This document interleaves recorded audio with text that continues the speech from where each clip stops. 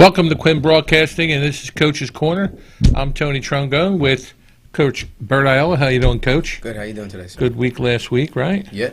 And we have it's always good when we win, right? Yes, sir. And we have some special guests with us today. Yes, sir. You want to do the introductions? Yeah. Over by you have well, first off, we have the whole Zamat family here today. Yeah, I was going to start singing. It's a family affair. Nah. So we have Joseph Zamat. He's a sophomore, one of our linebackers inside, interior linebackers. He's a long snapper too, right? Yes, he is our long snapper. Yes. He's done a good job, minus I think one time. And then we have Jacob Zamat, our quarterback, and then I'd like to formally introduce their brother Josh Zamat, who is going to be helping us from a volunteer standpoint on the sideline, which is a great asset to what we do, and a great asset to us. Well, great. So welcome to Joseph. Welcome to Josh. Thank you. And Jake, this is your third time, right? Yes, sir. So we're going to do a little something, not different, but we want to review the game. And so, Coach, we want to go over the stats, and we can interject whenever it happens. Usually, Coach will do most of the talking in a good way about how things went, but you guys can interject. So if we can pull up the how the scoring went last week. Coach, you see the first quarter. We're going to show some plays, but we see that Cherokee was running the ball pretty well in that first quarter, right? Yeah. I mean, I think that first drive they had was like a 5.5-minute drive. I mean, it's typical for any team to want to stall and control the clock and time of possession. And they did a good job. It's a good team, well-coached team. I mean, so they did what they were supposed to do in that beginning. I think we had 3 offensive possessions in the first half. Right, and then you had the Brooks TD pass, right? Yep. We're going to see that a little later.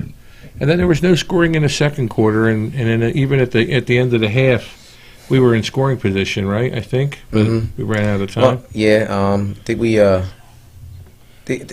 mean, it was just miscommunication between Jacob and myself. It's more on me than anything. In that moment, just not executing and be efficient in that moment. So. Then the third quarter comes around, and then they take the lead, and I was a little shocked. I was away, but I was watching the game remotely. I was like, I thought we were gonna, and they were, like you said, controlling the clock, ground and pound, right?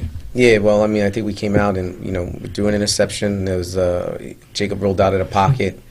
We would have liked him to throw it away. He tried to make a play, and it just didn't end up the way we would have liked, and they took advantage of that turnover. So. Gotcha.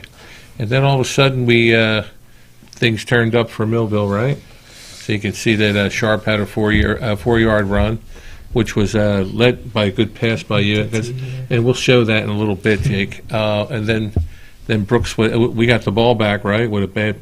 How did we get that position? But that was like a one play possession, right, on that 44-yard pass? Yeah. Was that it there? Yeah, I think it was. Was that? I think David T caught a pick. Was that? No, that wasn't the pick. Was was that the one you caught? No, I caught it in the first quarter. That was the first half. Yeah. I think we just got turnover. Yeah, it was just turnover on downs. Yeah, that's what it was. Turnover on downs, okay. And then I remember the ball took a bounce to us, and then we got the ball at the 50. They ran the ball once, One and then player, then that play. Okay. In the fourth quarter, and we had, again, it's a luxury to have Reynes there, and he kicks a 27-yard field goal, and then Thomas Smith with a 5-yard run. Mm-hmm. And then, I don't know, what do you call that touchdown at the end of the game? It is what it is, right? Yeah. I mean, we don't want that. I think that was just missed assignment or just a blown situation in our end, Yeah, I actually have that play, but we're going to go to some plays now. So we can go to that in the beginning of the game. So we went through that whole scenario of the game, but let's go through some plays. I actually picked some, and thanks for letting me use that huddle account. Yeah. And so we put that on there. So if we go to that where they picked up a first down, I was like, it was like 3rd and 4th, or and then they picked it up. So that's if you can look at that there, and you can call that, Coach, like where you can see we have our 3-man front. Yeah. And we have 4 backers, right? Mm-hmm. It looks like German was coming in pretty hard. Is that German or no? Yeah, I think that's the one where Yes. German overran that one. Would you say that, Gray? Yeah, German overran that. He's supposed to kind of hold there. He kind of overshot it, because he's supposed to hold that edge. And Can we see that again? So like, I think people want to see the plays again, certain plays, but again, when you see that there, they're what do you call their offensive set there? Just pow. Huh? Yeah, our DN didn't. Our DN didn't help in that situation either. Yeah, look, see that they did a good job. So they had a nice Richie block or reach block, and they washed him down pretty good. So I mean, he's got to do a better job attacking that outside shoulder in that situation. Right, and then and so that's why I picked that up, and then there was another run and play, a long run and play with Cherokee. The jet.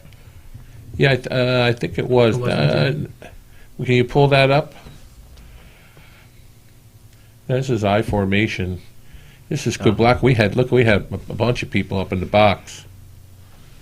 Yeah, I mean, well, this is what we do. Look, you see it, we overshot it again, and then look at our end again, got washed in. So our end already got washed in, and we had no flow with our linebackers to kind of get to that leverage. So right, it doesn't help. So we can show that one more time. So this is a good complexion of what happened in that. I mean, to be honest, from an offensive standpoint, we're outnumbered on that side anyway, so they're going to have leverage on us because look at where all our backers are. We're overloaded to that left side, so this is by them. Plays right in their hands. We're outnumbered. Gotcha. You know, were our linebackers supposed to shift and bump down? And again on that same play. But our linebackers probably should have been a little bit more balanced out. At the end, he should have took the C gap. Yeah. So we got Coach Gray talking in the background here. We're going to bring him up in a little bit to go more plays, and then all of a sudden we start stepping up and our offense starts clicking. So we're going to see a Brooks touchdown pass to tie the game. You can bring that up. So what's that set there, Jake? Oh, go ahead, Jacob. I mean, they got 3 down linemen, 2 high safety. Their corners are facing inside, so I would say like a cover 4 look depending on how the safeties drop. The safeties take a straight drop back, so I figured they're in cover 4 and the safety, and the corner just bails with Brooks. But I trust Brooks, and I know he's a dude. So well, that corner, we already knew that corner's 5'4", 135 pounds. So he had no shot. So the fact that they left the safety that far inside left the on Brooks, on Lazio, like I don't understand these teams. There's no rhyme or reason to why they leave. So we'll watch it again. Yeah, I mean, look, this is like to me, like unless the safety did something wrong here, then this is bad game plan. To me, it looks like just cover 4 the safety. I mean, I don't know. Listen, I mean. Yeah, one-on-one. So it's a good ball, good throw. I mean, it's, would have liked it to be more on him, but he underthrew it. But he's a dude. He made a play. That's the way to talk about it. All right. And then we had a Brooks TD in the third quarter, and this was again, this is typical Brooks. But the one thing we've talked about, Jake, is Coach talks about you staying in the pocket, and so the two of you talk about that, like where. I think I did have the play where you ran out and it was an interception, but you've made some plays with that. So there's something like from the observer's point. Yeah. I'm like, all right, Jacob's making a play, which is kind of cool as a fan. You want to see you make plays because not every play it gets meted out like it should. So this next play here is where you're in the pocket and you step up in the pocket. Yes, sir. I don't know if the screen's going to show that when they're at Brooks TD in the third quarter. We'll show that.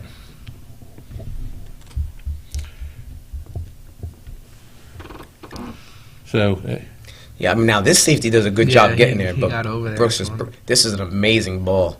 And Brooks is just so fast, splits him. This is a great, you can't ask for a better placement in a ball. And that's not an easy ball to catch, too.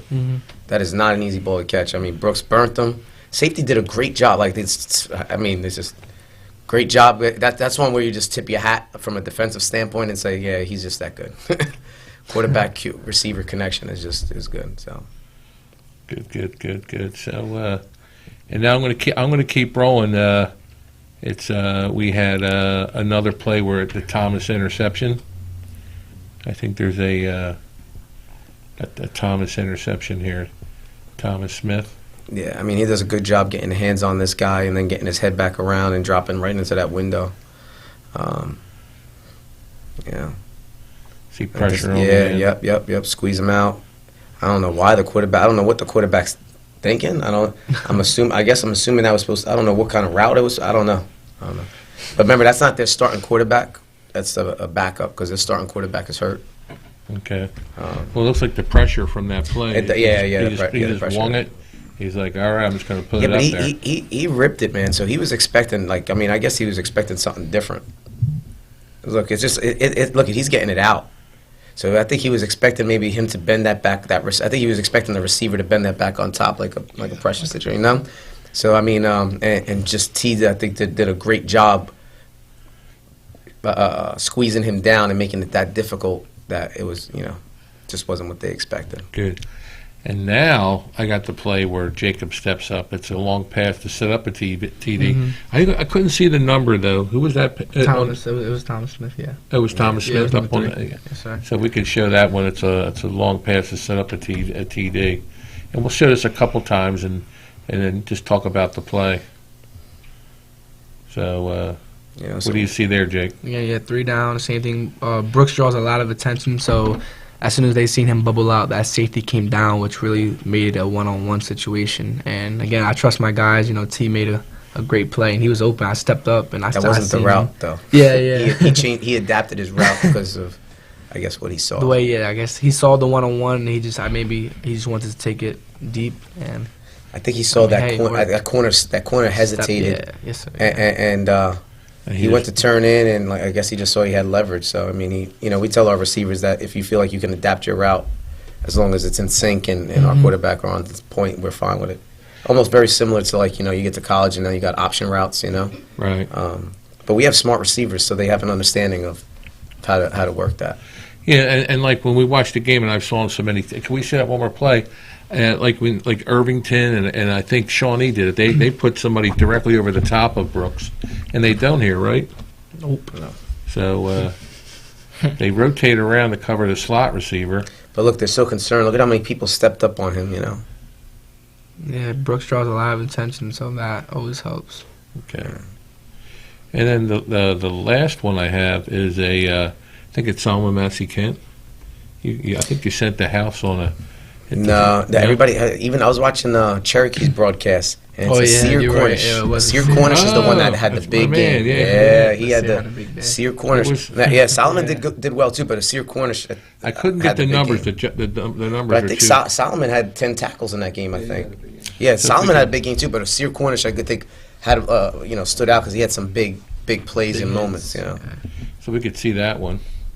It was that fumble, right? Yeah, that fumble. Yeah. That should have been a scoop and score. Yeah, this is great timing by Sear, man. You got Like, everybody up there. our defense came alive in that second half. Look, he hesitated, and that's there, but he waits and slays it. And then, That definitely could have been scoop and score. Yeah, he just fell on it. offense will take it, though. And is he supposed to hesitate and sit home? Number I mean, six? I would. Some of the blitz. Yeah.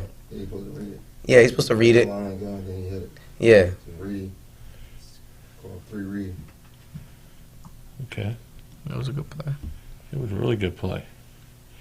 So just wanted to, I should have begun with Coach Gray here, but I'm gonna take a timeout. This is the end of the first quarter, and we'll be back with the Zermatt family with Coach Ayala after this commercial timeout. We'll be right back. Allen Associates is a family-owned and operated full-service agency, managing a broad base of clients in the New Jersey area. Allen Associates has been a leader in health benefits and financial services including health, prescription, life insurance, pension, 401k plans, and estate planning. With more than 60 years of experience and a staff of highly trained and dedicated professionals, Allen Associates is noted for its ability to build strong, long-term relationships with our clients and the communities we serve. Give them a call today at 856-692-2250. Allen Associates, your complete health and financial services, Vineland, New Jersey. Need something fixed? Think Latour Hardware and Garden Center, your best bet for reliable and lasting repairs. For over 30 years, Latour has been the expert in small engine repairs, lawnmower repairs, blade sharpening, screen and window repair, glass cutting, generator maintenance, and power tool repairs.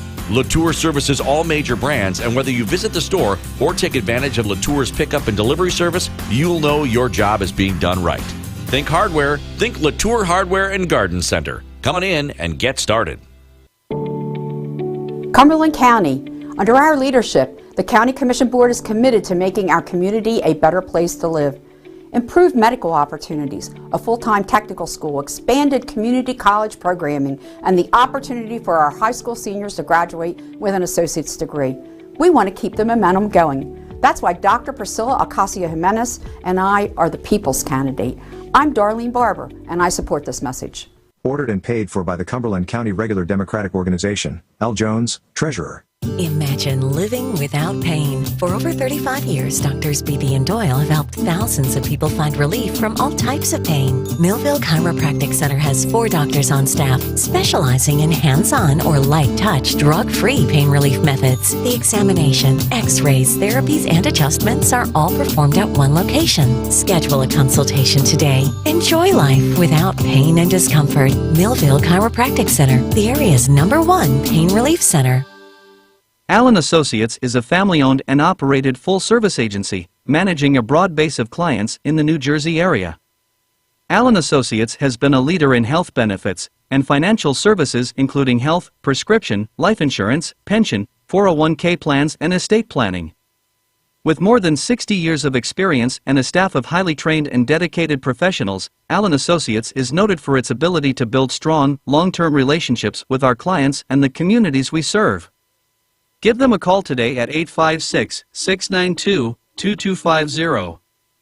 Allen Associates, your complete health and financial services, Vineland, New Jersey.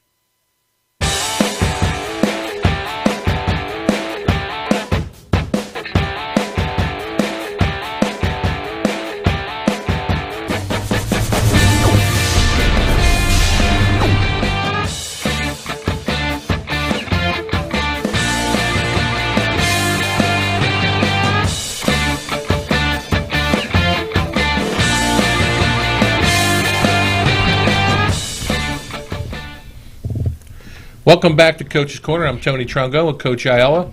And again, we're having a family affair here with the Zamat family. And all smiles. And we're going to start with the young buck, Joe. I do watch you. You're number 12? Yes. Yeah, so I see it. Actually, I noticed you're the long snapper. But you get on some plays, play a little bit of tight end. Yes. I see, it's not about me, we'll get to you, but you play in some jumbo sets too, right? Like I see with double tight ends. Yeah. When they go into an old full house. House formation. Yes. Yeah, so I noticed that's when you get in there. So tell me a little bit about yourself, Joe. Like, tell me about, I'll tell you what, like the first question I'll ask, I'll make it easier for you. Who's your biggest influence to you so far? I know you're a sophomore, but to date, you as Joseph Zamat, who's your biggest influence? I would have to say my mom, my dad, and both my brothers. Yeah. My mom and dad always been there for me, like even bad times, and I would never be where I was at in football if it wasn't for them. Okay, and how about school? And so we always ask this question: what's your favorite subject? Probably chemistry. Oh yeah, that's a good one. Yeah. Good. Are you a good student? Yeah, I got a 4.0 GPA. Oh, God bless you. Good. Better than Jacob. Yeah. Okay. And then state and with Joe, who's your favorite teacher? Miss Thompson. Oh, She's yeah? my Spanish teacher. Yeah. Spanish teacher. Good stuff. Good stuff. And so, as far as football is concerned, tell us a little bit about playing in the junior leagues. Like, where'd you play when you were younger? My first time ever playing football was a DB. I was a corner. Wow. Yeah. You look like you're about 200 pounds right now. Yeah, I am. So you don't look like a DB to me. Yeah, when I was younger, I wasn't as heavy. Little scat back. Yeah.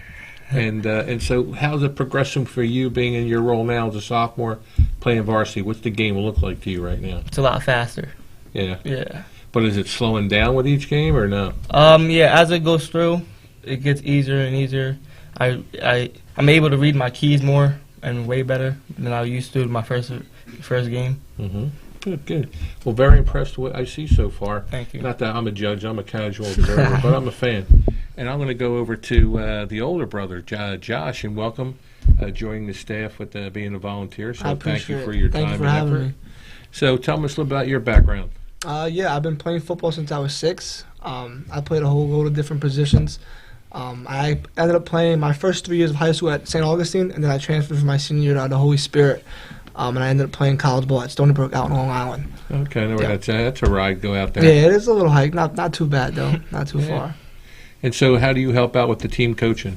Right now, I've been, doing my best to assist Coach Ayala and doing everything he needs and helping. I've been helping Jacob out a little bit. Been spending most of my time with the receivers, and getting close with them and helping them and teaching them certain things. So it's been fun, man. It's been an awesome experience, and it's just been cool to be out there with them. So tell me a little bit about position you played in college and what you play in college. So I played quarterback in college, but in high school I played quarterback and safety, and I was also the punter for my team. So yeah, like I said, and then immediately, like he said, he played DB. I was a wide receiver and a DB back then. So I've had experience pretty much doing a little bit of everything.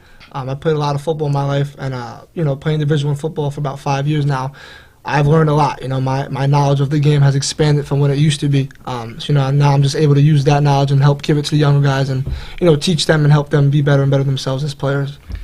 What have you picked up as far as being a player in college, and now you're the lack of a better term, the adult, the senior person? What lens do you put on it now to help the kids as far as their guys that you didn't know when you were in high school? I just feel like now I'm able to kind of I was in their shoes once, so now I guess I can kind of see and understand their point of view sometimes. Sometimes us coaches, we don't tend to, really hear them out as players. And, now that being on both sides of it, I feel like I tend to, kind of have that feeling because I was a player. I'm a young kid, so I can relate to them kind of in that way. And I just feel like that, that helps the bond better, and I feel closer to them. And I just feel like it makes me more approachable and relatable, to the guys on the team. Okay. So we passed over Jake for a little bit. Coach, tell me a little bit. We'll stay with Josh. How's he? From your perspective? Listen, his knowledge base and, what he offers, as far as from an offensive end is invaluable. He's able to help out, with those receivers because, like I said, and I think the biggest thing he touched on, which is very important, is the relatability. He played, and it's not like he's that old. He's, fresh out of the game. So, I was very surprised, how the players just took to him right away. They respected what he did and respected how the level he played at. So everything he did on the field, had value, and they took to it. So it was valuable in that sense, and with his knowledge base and able to have receivers understand, getting in certain windows and understanding how to run certain routes, and his vision of the game, it's different from the sideline, but he still sees it well. So him as well as Terry and Carr, we have multiple eyes that have a good view on that game, so it's important. So. Yeah, so because there were some formalities we had to take care of this week, and you right away you put it on Twitter. So I was like, man, this kid must be really important to Coach Ayala. He's he's on the staff. Anytime you can add somebody of his knowledge and his experience, you can't turn that away. And the kids knew him already, so. The respect, you saw it right away. It wasn't no, who's this guy? You bring a new guy on, and sometimes who's this guy? They knew him already, so the connection was there. So it was just we got to make this happen. Good. We'll turn it over to young Joseph. So his development. I know you said you had him at Holly Heights. Yeah, so I had him because my first year I was at Holly Heights for a year, and I had him, and he was in 5th grade. So, to see him grow up now and be in this situation is, it's awesome. Joey's a great kid. The whole family's great. Parents do a great job raising these young men. Joseph is, he's a tough kid. He's seen his fair share of, varsity starts at linebacker. He's, plays a role offensively in certain situations for us. But he gets his moments, and his development is good. I look forward to his future in the next couple of years after this year, too. Yeah, good stuff. And I hear your dad in the stands, so even as I help. I don't. I don't hear anything. No, I'm kidding. It's good that you don't hear anybody in the stands. No, but when me being an administrator, even though I'm watching the game, I'm helping call the game. I'm always watching to see what's going on in the stands with the student sectional. But I always hear your pop yell, "Watch the wheel route! Watch the wheel route!" So I'm like, "Oh, that's Mr. Samat. Watch the wheel route." So. But Jake, you got your younger brother, your older brother here. Beyond the obvious, what does it mean to you to have your family there around you? It's awesome. I've grew up with these two my whole life. So they're always been there for me with everything. And us three, we've been playing football for the longest. So we've worked out together. We've always tried to better each other to get better at our sport. We're a family. We're great brothers. We treat each other real right, and we're it's awesome to be able to play the game we love with the people you love, So I'm really excited for this season together, and it's been fun. Good. So I already know you're a level-headed young man, but does Josh put you in check? Yeah. I mean, yeah, you're a quarterback sometimes. now, and things are Yes. progressing. It's like, yo, brother, don't get your head too big, right? Yeah, I mean, he does. He has a lot of guidance for me. He's been training me for a while. So he's been playing quarterback for a while. So all the stuff that he learned, all the experiences he went through, he's been able to train me, help me become a better quarterback. So I'm grateful for everything he's done for me. Mm-hmm. So, Josh, I'll go back to that. Because I know I played high school football and 1 year college football, but the lens that, how are you helping Jake now, knowing what you know, going through college, and what you didn't know in high school that you can bestow on him? What are some things you're helping him out with? Yeah, just kind of, again, going back to the fact that, I've been through it, and I express that to him a lot. You're not going through it alone. I've been through this. I did this already. So now I'm giving you advice and giving you tips all through my personal experiences, and stuff that I've been through. And just, able to pass my knowledge of certain things that he may not see. Because when you're out there, I'll tell you, the game moves fast, and it's hard to pick up certain things and see things. So when you have other guys on the field or other guys on the sideline, I should say, and, someone, obviously I'm his brother, so, he feels comfortable where if I'm telling him something, he's going to trust me and take my word that, I'm doing it to put him, in the best spot and to help him succeed. And, that's kind of been the case, just giving him little tips and things there to help him see things faster and make it easier for him out there when he's playing. Very good. How about preparation, too, though, like practices and at home, diet, all that? Anything contribution? I should probably do more on the diet side for both of them, honestly. That's probably, glad you brought that up. That's probably something I should do more. But besides that, just like weightlifting, when they're kind of out of season, or even now, I kind of just encourage them, to keep lifting in season. Because I remember when I was in high school, we didn't really lift much in season, and we lost we used a lot of body mass and stuff like that. So it's something that you try to maintain and keep going. Just try to keep them encouraged in doing that. And we watch film together sometimes. We actually watched some this week on Lacey. So just having that bond and being able to see things with him and show him and let him know that if this is the look, Coach Ayala was calling this for that certain reason, just so he can kind of see and understand why Coach is doing certain things in that way. It just makes it easier when everybody's on the same page. Good. And stuff. Good, thank you. Yeah. Good. Great, Joe. We're coming to the end of the first half. So, any parting shots? You're on TV, and that you're going to give out to shout to your parents or your friends or anybody? No, I'm good. All right. I never already shouted my parents out, so. All right, good. Yeah. All right, cool.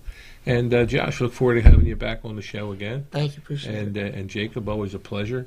And so we're looking forward to Lacey. But we're gonna end the first half, and we'll be back for the third quarter after this message.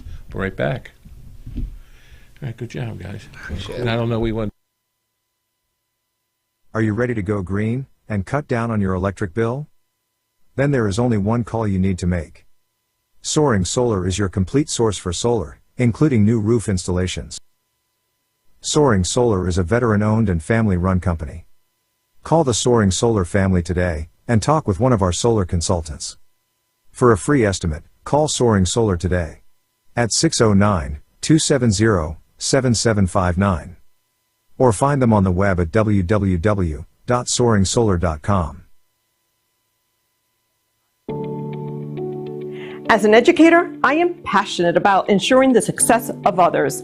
In Cumberland County, we have available grants and funding opportunities. We need to continue to offer more programs for educational growth so that individuals can succeed in the workforce. Let's keep that momentum going. That's why Darlene Barber and I are the people's candidates. I am Priscilla Ocasio-Jimenez, and I approve this message. Ordered and paid for by the Cumberland County Regular Democratic Organization. L. Jones, Treasurer. At Mintz Insurance, we're proud to have been serving our customers for nearly 80 years, offering 30 different insurance products for your auto, home, and business. And to help ensure that you're getting the best rates possible, we give you up to 3 quotes for every policy, so you can choose what's right for you. At Mintz, we're part of the community, local representatives, supporting events, and proud of it. It's part of who we are. Mintz Insurance. Call today and find out how we can help you save on insurance, or visit us at mintzinsurance.com. Allen Associates is a family-owned and operated full-service agency, managing a broad base of clients in the New Jersey area. Allen Associates has been a leader in health benefits and financial services including health, prescription, life insurance, pension, 401k plans, and estate planning. With more than 60 years of experience and a staff of highly trained and dedicated professionals, Allen Associates is noted for its ability to build strong, long-term relationships with our clients and the communities we serve. Give them a call today at 856-692-2250. Allen Associates, your complete health and financial services, Vineland, New Jersey. Hey parents, there's something you should know. If you don't teach me about money, that's okay. I'll live off your nest egg for the rest of my life. Feel confident talking to your kids about money. You're gonna find me a real one, right? Before it's too late. Get ready at td.com/kidsandmoney.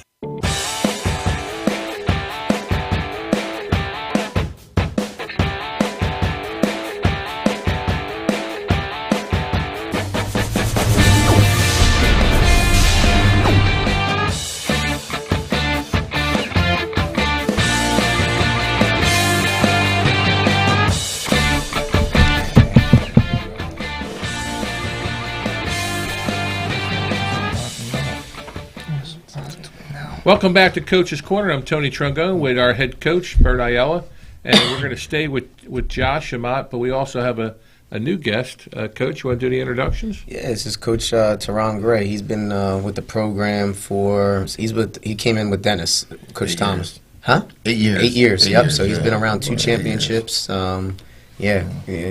Can't say enough about this guy here. I'll hand it off to you, Coach. Tell us a little bit about yourself, like from high school all the way up.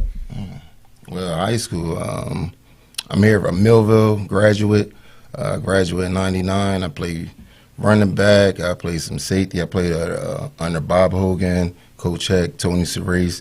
I got a scholarship to play at the University of Pittsburgh.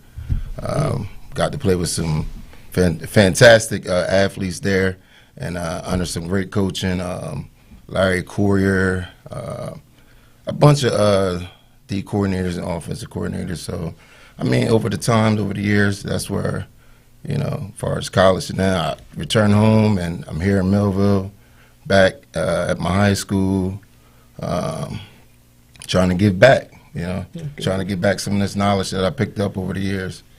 And deservedly so that our kids get to benefit from that. So in college, what position did you play? I played cornerback. Cornerback, yeah. So it was more on the defensive side? Yeah, I played defense. I ain't playing no offense. I was a cornerback. I played a little bit of safety, but He was a stud on offense in high school. So yeah, that was high school.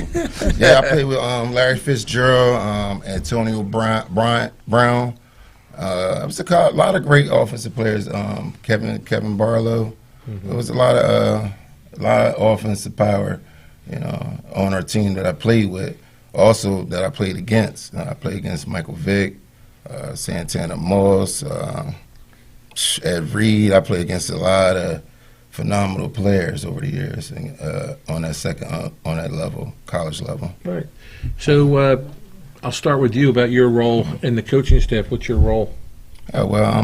Since I've been here, I've been working with the defensive backs, a little with the wide receivers. Thanks to Josh Zamont here now, I don't have to work as much. I can focus more on the defensive side of the ball. So pretty much there's a lot of game planning that I do, like, getting the kids prepared defensively, try to get them the knowledge of the other team as far as, like, their schematics and the things that they want to do and the things that they like to do or the things they're good at. And me, along with other defensive coaches, we just devise a plan, a scheme, to stop what they do best and be ready for what their counter punch is. That's my job. I'm always looking for the counter. I can figure out, quickly on film what this team want to do, opposing teams, but it's always about the counter punch. And I take pride in adjustments and different things like that. Mm-hmm. So what's your role at halftime?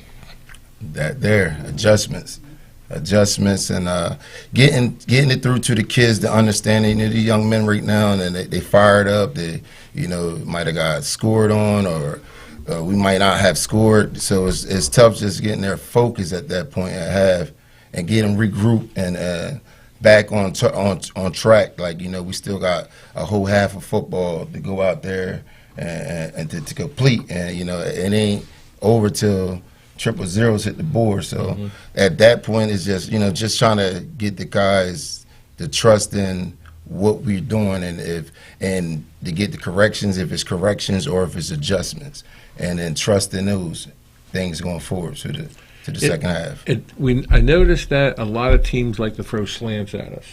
Right. Yeah. Why is that? Is that the way our defense is set up? Yeah, so we run a one high, so if you think of a one high, you think what beats one high is like a lot of seam plays, so you want to get plays on the seam. So slant, it is thrown on the seam. But what we do, it's like a machine, right? So everybody got to do their part, in the secondary, and the second level, and the back end. And early on in the season, when teams had some success as far as slants, it was due to our outside backers, not necessarily playing bad football. It's just they took the bait, So teams like the offensive coordinators like swing Brooks or swing guys in the flat and do different things, and just to get linebackers licking their chops ready to hit somebody, just to run up, and then that's what they was doing. They didn't understand the windows, they understand. We're getting a better understanding of how the whole thing works together. You know what I mean? It was guys just negating their area, just running down to a 3-yard pass and behind the line of scrimmage, where it's a 6-yard, 5-yard slant behind you. If you stay where you at, let them check it down. We can break up to the ball, get tackles, and be in a 3rd and 9 situation versus a 3rd and 1 situation. Right. Okay. Yeah. And Coach Gray, to you, just like with Coach Zamont, was it? I learned a lot just now. I'm not joking. Well, so what does he bring to the to the everything. team? I mean, just the connection. He's from the city, so he has heart and stake in in the school and everything that's being done here. And the kids respect the fact that at the level he played at and his knowledge base as well. So I mean, everything he brings, even when he talks to them, he's very real and straightforward and blunt. So I mean. Everything that Coach Gray brings is valuable to the table. So I mean, we're fortunate to have him, and for because he's got a family too, and he's got 2 daughters that are active in sports and whatnot, and he's able to, the fact that he's able to balance the 2, and he doesn't work in the district. So I mean, for him to balance everything, to give us his time and stuff, just means a lot to us in the program. So you're on the sidelines or up in the box? Now I'm in a box. Midway last season, I went up in a box. I had a family, a loss in my family, and just that week, it was the day of, it was a funeral I had to attend, and I just didn't feel like, just being around of a crowd. I just felt a little off, so I asked Dennis Thomas if I can go up in a box, head coach Thomas. And he asked me to go up there, and I went up there with Bert. Actually, it was me and Bert up there for the first time. And Bert was talking about the view. He just got comfortable talking to Bert and just seeing the thing, seeing the game from up there. And that first game, I'm like, all right, this must be. I just felt like I was cheating. You know what I mean? It was just too easy. It's like watching film. They really doing this. And it's like, all right, we need to get in this play. So it got real easy up there. And then up there is a open book test.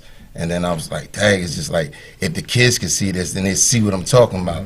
So it enabled me at that point to slow down, and with the other coaches and the defensive coaches, and be able to get the guys in the correct alignment, correct calls, and sometimes guys over pursuing, all the things that I was couldn't figure out when I was on the sideline, I was plucking my brain, and I see it 11:30 at night, looking at my phone on huddle, going crazy, why did he do that? Why was he doing that? And then I fixed that there, next drive.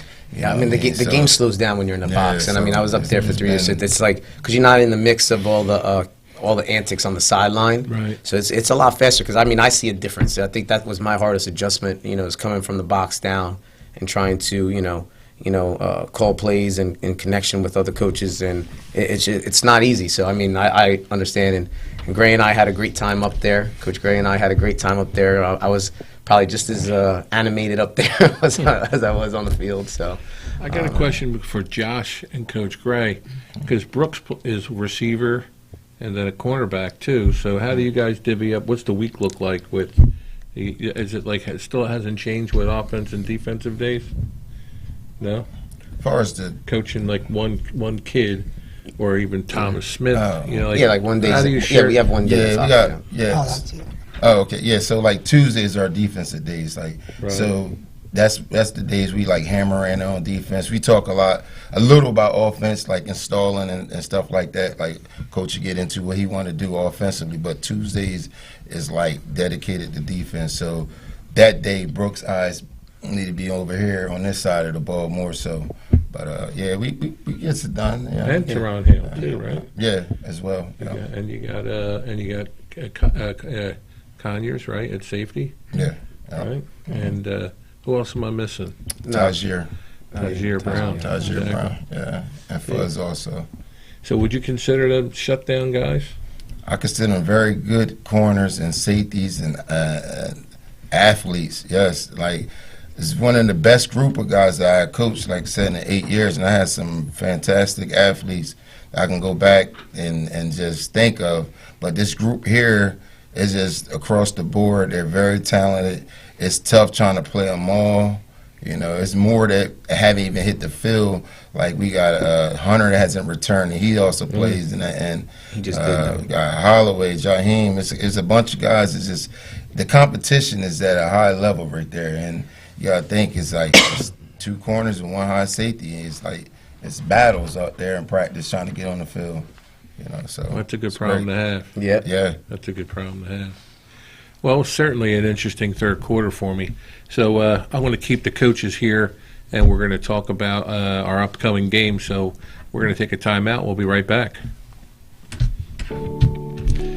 Cumberland County, we are proud of our county recreation offerings. From supporting countywide youth programs, Bridgeton's Kahanzig Zoo, Vineland's Main Street, Millville's Downtown Art District, and expanding access to our Delaware Bay Shore. Cumberland has endless opportunities to enjoy, and we're not done yet. Get ready for our new and improved county fairgrounds. That's why Dr. Priscilla Ocasio-Jimenez and I are the people's candidate. I'm Darlene Barber, and I support this message. Ordered and paid for by the Cumberland County Regular Democratic Organization. L. Jones, Treasurer. Your smile is more than just your teeth. At Tenbrook Orthodontics, discover the smile you deserve to have. Get more smiles, more affordably priced with Harvard-trained Dr. Tenbrook's 21st century technology. Get Tenbrook's exclusive T1 braces or Invisalign, which gradually delivers a gorgeous smile. 11 locations like Millville, Washington Township, Vineland, and Mullica Hill, Tenbrook Orthodontics. Spend less time, spend less money, have more fun getting the smile you deserve. Allen Associates is a family-owned and operated full-service agency, managing a broad base of clients in the New Jersey area. Allen Associates has been a leader in health benefits and financial services including health, prescription, life insurance, pension, 401k plans, and estate planning. With more than 60 years of experience and a staff of highly trained and dedicated professionals, Allen Associates is noted for its ability to build strong, long-term relationships with our clients and the communities we serve. Give them a call today at 856-692-2250. Allen Associates, your complete health and financial services, Vineland, New Jersey. In Cumberland County, we need to continue making our community a better place to live by transforming our economy, improving lifelong learning opportunities, and focusing on meeting the needs of our citizens as a whole. A commissioner's willingness to explore, engage, and find solutions demonstrates one's commitment to the community. That's why Darlene Barber and I are the people's candidates. I am Priscilla Ocasio-Jimenez, and I approve this message. Ordered and paid for by the Cumberland County Regular Democratic Organization. L. Jones, Treasurer.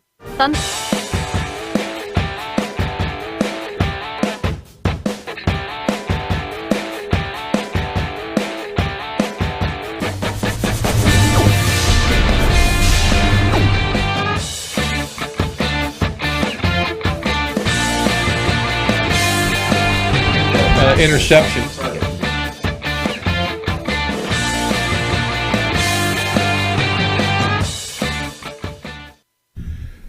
Hello, I'm Tony Trongone.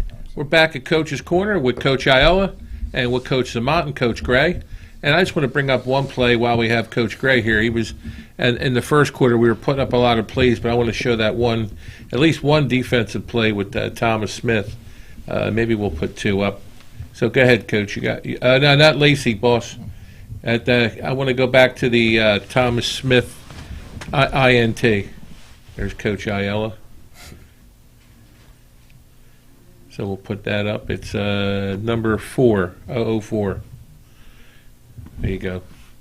Oh, yeah, that's it. So this is his interception. So you can see we're in a...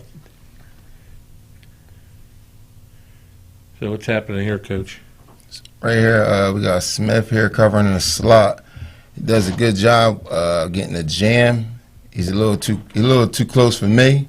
I like him about 4 yards off the ball, sitting outside, but he was like kind of inside, about 3 yards off the ball. But what he did from the guy, he executed, and then executing meaning he got hands on, and he drove the guy and got him off the route. He widened him, threw off the quarterback timing, and after doing so, he did the thing that we talked about, getting on the hash where the slants happen. And that's where we was missing in the season. That's where Thomas Smith came on, and he helped us a lot at that safety spot as far as like doing the correct things and getting in the window, getting good hands on the receivers and throwing off timing. And he was rewarded from doing what he did right. You know, he got a good jam and got into his area and got his eyes back looking in, and he found the ball. Quarterback didn't see him and made a great play. So this is a coach's corner, and there might be, again, I use that word casual fans, right? But there's all that nuances that both of you pick up on. And then you're talking about the hands-on, the space. I know last year Coach Thomas talked about like a foot, 2 feet difference he would get upset about it. Yeah. And I see Coach also does that too. Talks about where the placement should be. Coach Core. What's his favorite saying? It's like assignment, alignment, or whatever. Yeah, assignments and alignments. Assignments and alignment. So, and that's what that goes in the kid. You can see it sticking with the kids. Yeah. So thanks for that one. And so we're going to bring up Lacey Township, and that this is their defense. So Coach Zamont and Coach Ayala. Yeah, they run a three. They run a yeah, three-man. It's really a 4-man front because the one guy, you could stop it and bring it back a little bit.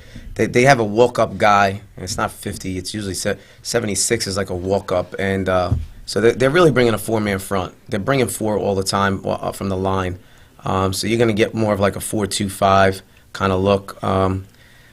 There's no way that the guy to my right, that outside backer number 1 there, there's absolutely no way he could be on that edge with our slots the way they are. So if he's there, then I mean, thank you, I'll say. You know what I mean? So there's no like, so the way the backer is on the back end, he's bumped out. That's how I think number 1 will be over here. If not, maybe he's pushed back a little bit. Right. But because right now they don't have anybody, I don't think, in that situation covering. Right. And I mean, we saw teams that played spread.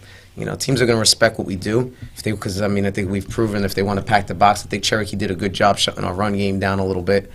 So we took advantage of what they gave us. You know, we'll play that one more time though. You see how they did, like, you know, the old-fashioned Cowboys flex. See that guy? The one guy's off the line. Where? Which one? Up top there. Yeah. So this is what they do. And they're going to always. Right? They're going to. But he's coming. He's coming. He's not dropping. They just stand them up. So sometimes they'll have 2 down linemen and stand up 2 guys, and then they'll just come. See it one more time, and then yeah. they ran. I guess that's I forget who the team was again now. Brick. They ran it. They ran that stunt. So I haven't seen many high school kids run lineman stunts. They do it. They do it a lot. They do it a good amount, you know. But I mean, you know, so we definitely covered that and made sure that our linemen were prepared for that stunt, so that, you know, we're not overthinking it, like, you know. You know, zone. So, you know, that's it. You know, you don't have to really put too much thought into that. Gotcha. But it's like anything. We'll take advantage of what they give us. So I haven't been giving much love to Josh yet as far as in the third quarter, so fourth quarter. What are you looking for to game plan? Without revealing too much, we always say that, Bert and I. So what is it you're looking for out of the receivers? You know, we always talk about just taking what the defense gives us. You know, we've gone over the certain looks at the lineup. You know, they tend to line up in a 1 high shell, which is, you know, single high safety. And you like to play cover 3 from that look. You know, and they do that, you know, it's kind of we get to use whatever we want. It's kind of whatever he wants to call, it's going to work because of the talent that we have on this team. So, just like I said, take what the defense gives you and make plays when the numbers are called. But, I expect the receivers to have a great day tomorrow night. Okay, good. All right, now we're going to go to the other side of the ball, what Lacey's going to do on offense. And is this a wing T they run? I see the wing back cheating. Yeah. You see how he's cheating over? Now. Yeah. I guess it's wing T. Go ahead.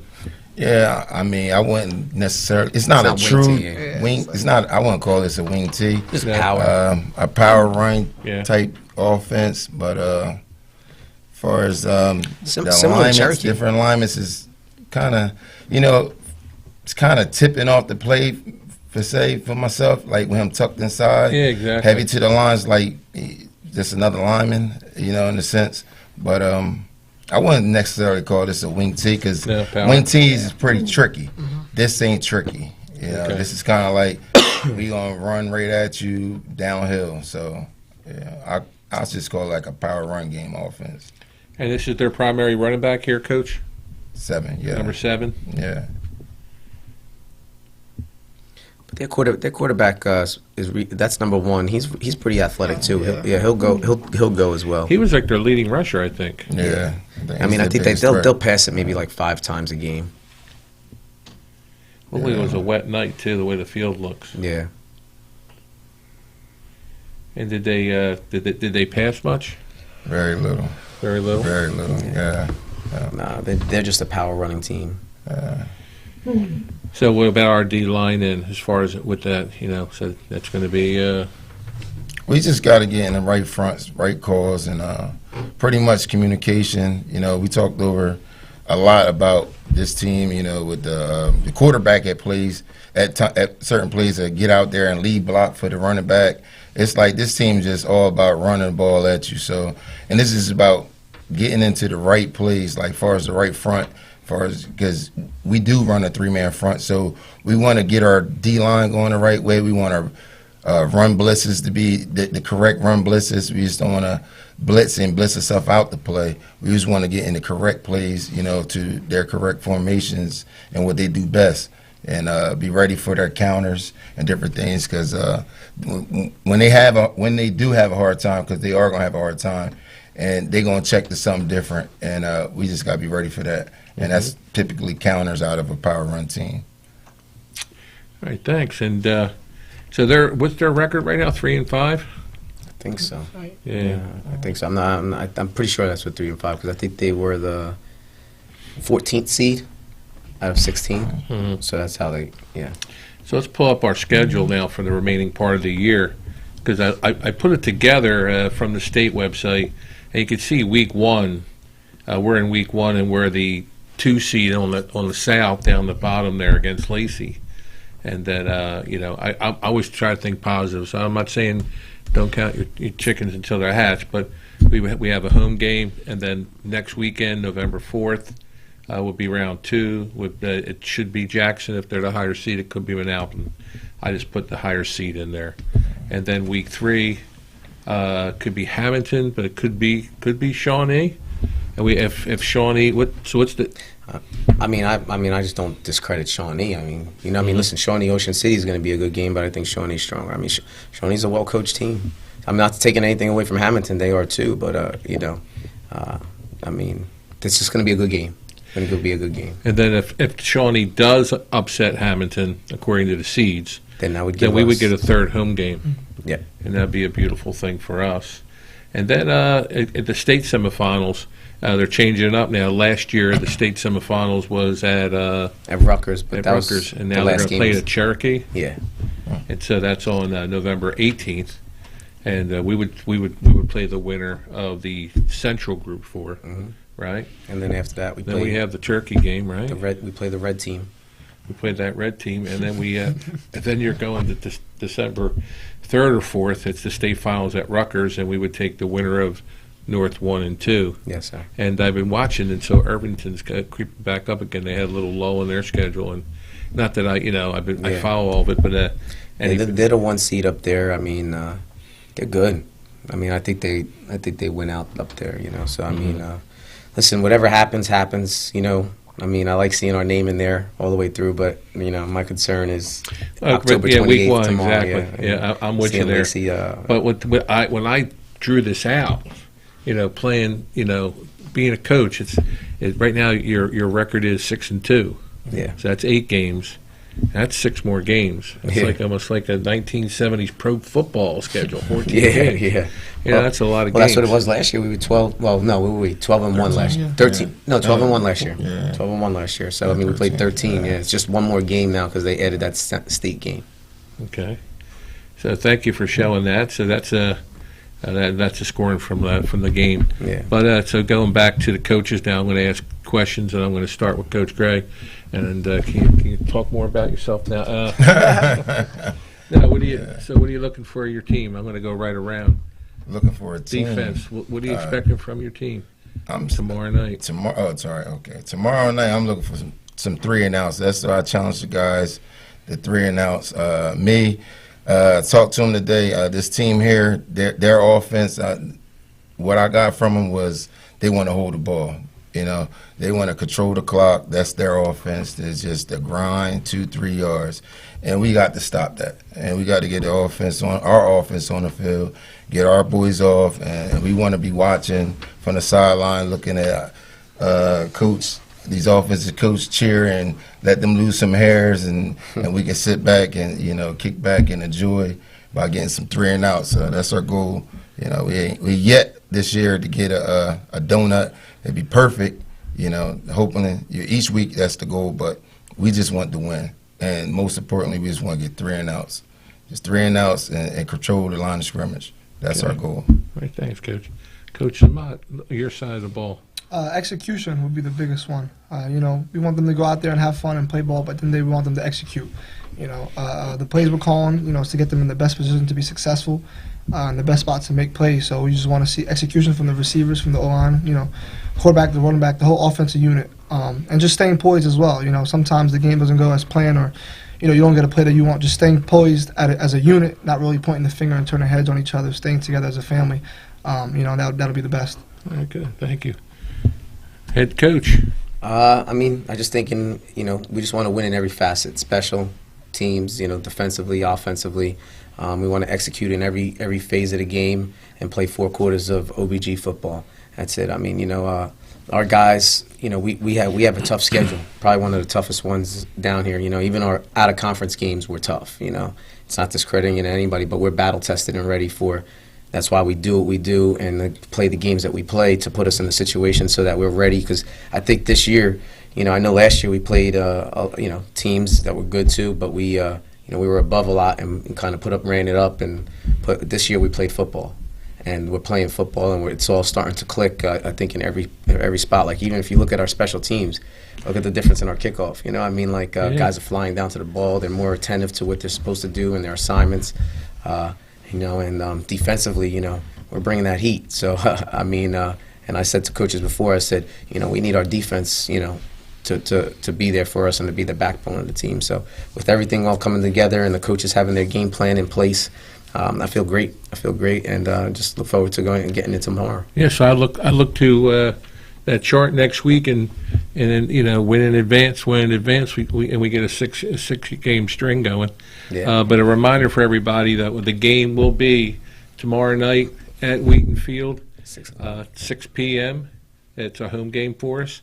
Look to have a good crowd out. The tickets are online. Coach Lagamba will address anything with the students. Call the school for any tickets at the school for the kids, and we look forward to seeing our Thunderbolt faithful tomorrow night at 6 p.m. So, Coach Gray, Coach Samat, and obviously Coach Ayala, thank you for a great show tonight. And thank you. I always end with Go Bolts. Thank you. Take care, everybody. Okay, good job. This has been a QBC television production in association with our partners and sponsors. QBC broadcasts on Comcast Cable Channel 22 and live streams its programming on Facebook and YouTube. All rights reserved by Quinn Media and QBC, programming that serves the South Jersey market.